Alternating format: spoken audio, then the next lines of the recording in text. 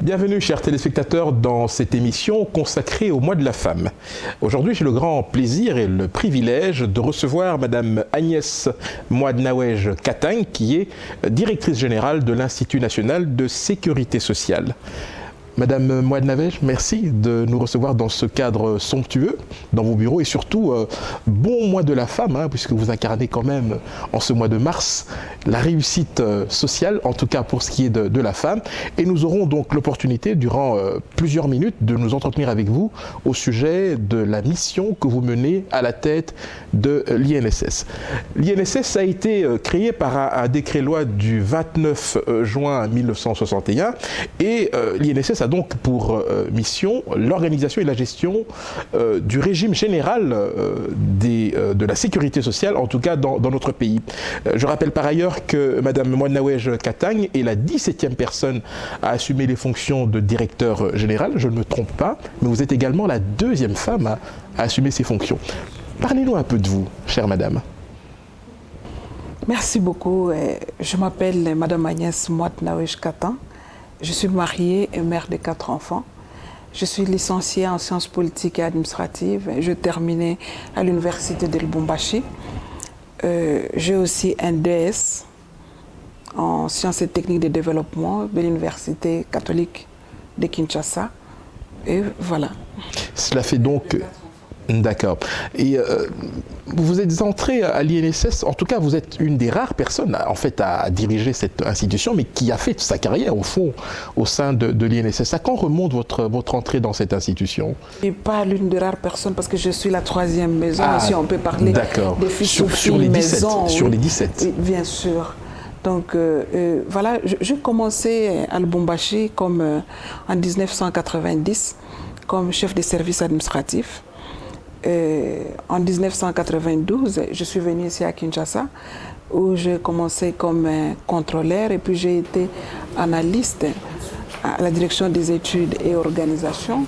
Et de là, j'ai été élue représentante du personnel au comité de gestion. Donc, le personnel m'ont élu pour les représenter, revendiquer leurs droits au niveau du comité de gestion. Vous étiez syndicaliste? Donc, syndicaliste, déjà. Voilà, okay. C'est ça. Et de là aussi, donc, on m'a nommé comme administrateur directeur technique en 2001 jusqu'en 2004. De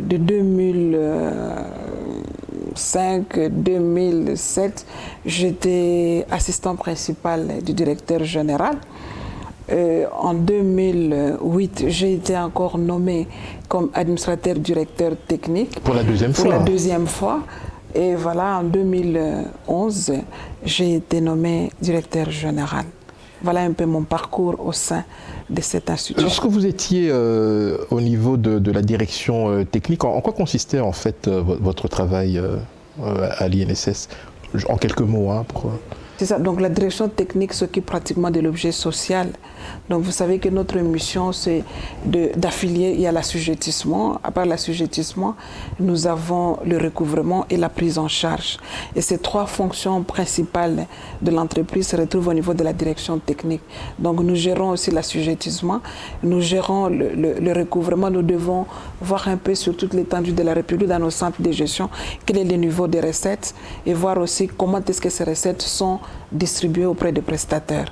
Donc nous avons la prise en charge aussi de tous les prestataires congolais. Mais à ce propos, vous parlez de l'intérieur. Est-ce que l'INSS dispose à l'heure actuelle d'antennes provinciales?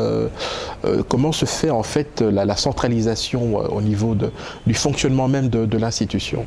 Oui, donc notre institution est décentralisée, elle n'est pas centralisée totalement. Donc nous avons une décentralisation des activités en ce qui concerne l'affiliation l'immatriculation des employeurs et l'immatriculation aussi des travailleurs, en ce qui concerne aussi même la gestion financière. Mais au niveau de la direction générale, il y a la centralisation de toutes les activités qui sont au niveau des centres de gestion. Donc à ce moment-là, nous devons déterminer, donner la politique tout d'abord, orienter les directions centrales et les directions provinciales, les directions urbaines. Nous devons les orienter, donner la politique de la maison, ce qu'ils doivent faire les suivis pratiquement de tous les objectifs que nous nous sommes assignés. Par exemple, pour 2012, qu'est-ce que nous avons prévu pour 2012 et pour 2013 aussi, ce que nous avons prévu. Nous devons suivre tous les centres de gestion pour que nous puissions arriver à réaliser nos objectifs et les atteindre aussi conformément aux recommandations du conseil d'administration. Donc, et voilà un peu, toutes ces activités-là sont coordonnées au niveau de la direction générale. Donc il y a la gestion pratiquement du régime général de sécurité sociale. Le ministère du Travail et de la Prévoyance sociale, je pense, exerce la tutelle sur votre institution, c'est bien cela? Bien sûr, nous sommes sous tutelle du ministère de l'Emploi. Comment se passe quels sont vos rapports avec le ministère? Est-ce que vous êtes vraiment dans la continuité, j'allais dire, dans la mission qui vous est dévolue, ou est-ce que, au contraire, vous avez plutôt un rôle d'exécution par rapport... Donc, la tutelle exerce son rôle de contrôle. Mais vous avez une autonomie de gestion, j'imagine. Nous avons une autonomie de gestion. D'accord. C'est tout. Parfait. Alors, dans votre parcours, ce qui est quand même frappant, donc, outre le fait que vous soyez donc, la deuxième femme à assumer ces fonctions éminentes, vous avez assumé des fonctions très importantes également. Alors, je suis tenté de vous poser la question, au fond, alors, évoluer comme vous l'avez fait dans une structure comme l'INSS en tant que femme, est-ce que cela a été de tout repos? Est-ce que ça a été facile, finalement, avec le recul? Oui, donc en tout cas, je n'ai pas eu de problème ou de difficultés majeures. Vous savez, donc on a parfois une idée fausse sur la femme. On croit que la femme, si on lui donne une responsabilité, il ne peut pas faire quelque chose. Donc, mais par contre, moi j'ai toujours dit que la femme, c'est un être vraiment idéal qui s'adapte à tout, même par rapport à l'homme. C'est ça, franchement, sincèrement, je l'ai dit. Donc, nous avons suivi le même cursus scolaire que l'homme. Alors, je ne vois pas vraiment ce qui peut être difficile à la femme de faire ce que l'homme... Pour autant, est-ce que vous estimez que la femme est suffisamment représentée au sein de l'INSS ou est-ce que des efforts peuvent encore être faits Nous sommes en train de faire des efforts très considérables. Parce qu'aujourd'hui, on ne recrute pas, mais nous nous basons sur les compétences internes de femmes et on essaie de les promouvoir vraiment à des postes de responsabilité. Dans le centre de gestion, bien sûr. Cela fait un an et demi, je pense, que vous avez pris vos fonctions à l'INSS. Bien sûr. Voilà. Quelles sont les innovations que vous avez apportées depuis votre arrivée? Est-ce qu'il y a une touche Mouad Nawesh Katang? Oui, bien sûr, bien sûr. Donc, depuis que je suis là, il y a eu vraiment beaucoup de choses qui se sont faites. En moins d'une année, je peux dire que je suis vraiment très satisfaite. C'est comme si j'avais fait 10 ans, ce que nous venons de réaliser aujourd'hui. Il y a d'abord la réforme que nous avons menée. Nous avons tout fait pour essayer de pousser à la réforme de la sécurité sociale. Et d'ici là, il y a le code de la sécurité sociale qui va sortir. Et ça, je m'en réjouis parce que j'étais la présidente pratiquement de la commission. Donc, il y a aussi l'instauration de la carte biométrique. Dans une caisse de sécurité sociale, vous devez connaître ceux qui participent au financement du régime. Et les travailleurs congolais avaient bien sûr une carte, mais qui ne représentait pratiquement rien. Les travailleurs du secteur public ou privé, ou les deux? Du régime général. D'accord. Oui, voilà.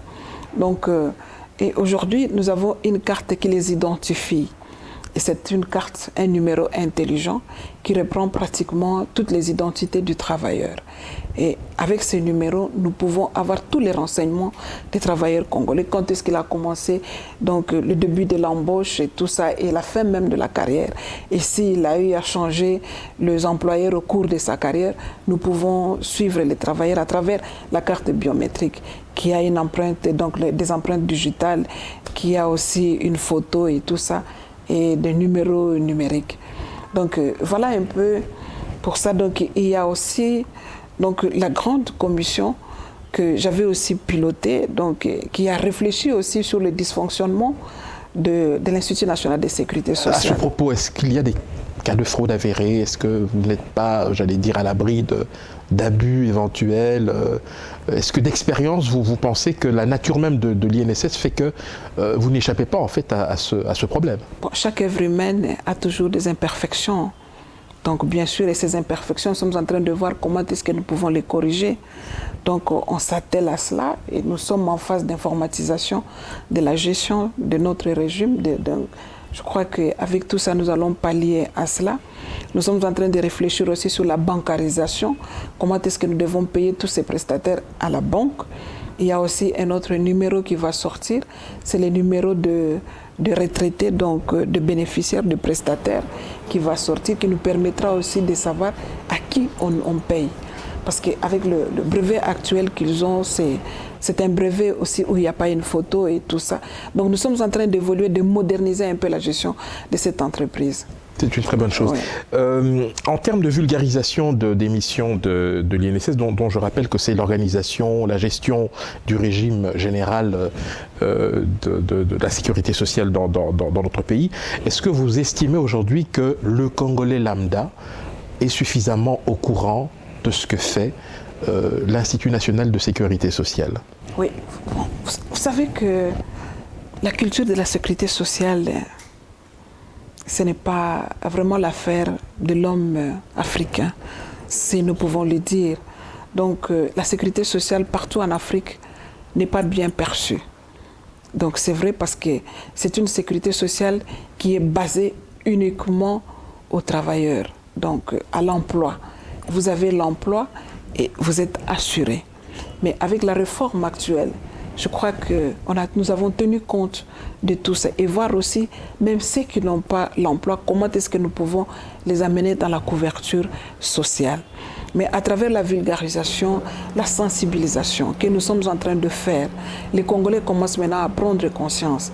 Donc je peux même dire qu'il y a vraiment un engouement dans le monde du travail actuellement, où vous voyez donc un travailleur qui était vraiment, qui ne connaissait pas ses droits, mais aujourd'hui, donc, il commence quand même à comprendre que pour m'utiliser, il faut qu'il y ait une sécurité sociale. À travers le monde, on est en train de parler du travail décent. Et je crois que nous devons aussi emboîter le pas pour qu'on ne puisse pas s'enfermer dans des particularismes sans lendemain, où vous avez encore une main-d'œuvre qui n'est pas assurée et une main-d'œuvre qui n'est pas protégée, qui n'est pas sécurisée. Nous sommes en train de faire vraiment de gros efforts. Et je remercie le gouvernement qui essaie de nous accompagner un peu dans tous ces efforts-là. Nous sommes en train de stabiliser aussi le régime, donc par la constitution des réserves. Les années noires de notre pays ne nous ont pas vraiment permis, avec l'inflation, ça ne nous a pas permis de constituer des réserves et de maintenir l'équilibre du régime. La sécurité sociale est tributaire de l'économie du pays. Plus l'économie du pays va très bien et vous avez aussi une sécurité sociale sécurisante. Mais si l'économie du pays ne va pas bien, ça a un impact négatif sur la gestion du régime. Donc, mais maintenant, donc, avec la stabilité monétaire actuelle, je crois qu'on est en train de faire vraiment, pas je crois, nous sommes en train de faire de gros efforts pour essayer de stabiliser le régime et la sécuriser par des réserves de sécurité, avoir un matelas financier qui peut nous permettre de ne pas tomber dans un déficit. Nous avons aussi fait le relèvement du taux de la pension. À l'époque, il a été revalorisé en fait, oui, il était insuffisant. Bien sûr. Donc à l'époque, les gens ne trouvaient pas de l'importance de venir s'affilier à la sécurité sociale parce qu'ils percevaient des sommes modiques. Donc, mais maintenant, donc, je vous dis, il y a vraiment un relèvement de taux. Donc, une révolution des mentalités aussi. Oui, bien sûr, révolution des mentalités aussi. Oui. Et tous les prestataires, à l'époque, on avait des prestataires qui n'étaient pas des universitaires. Mais maintenant, donc, la plupart, ce sont des gens qui ont étudié, des universitaires. Donc, ils connaissent leurs droits, ils le revendiquent, ils savent comment revendiquer. Et il y a eu le relèvement du taux qui met quand même le prestataire aujourd'hui à l'abri de la précarité. Donc, un prestataire qui est à Gungu, par exemple, ou bien à Dilolo, donc n'importe où. Avec le montant que nous donnons, le minimum de 100 000, c'est beaucoup. Et ça, c'est le minimum. Parce que nous avons même... En franc congolais, oui, c'est ça. Donc, et nous avons même des prestataires qui touchent, s'il vous plaît, Je peux parler en termes de dollars pour que vous puissiez comprendre si les francs congolais sont difficiles à comprendre.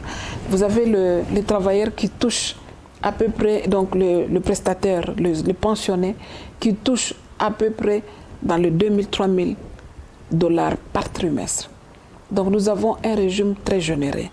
Et notre vision, c'est vraiment de sécuriser les salariés et de lui donner vraiment toutes les possibilités possibles pour lui permettre de vivre une vie décente.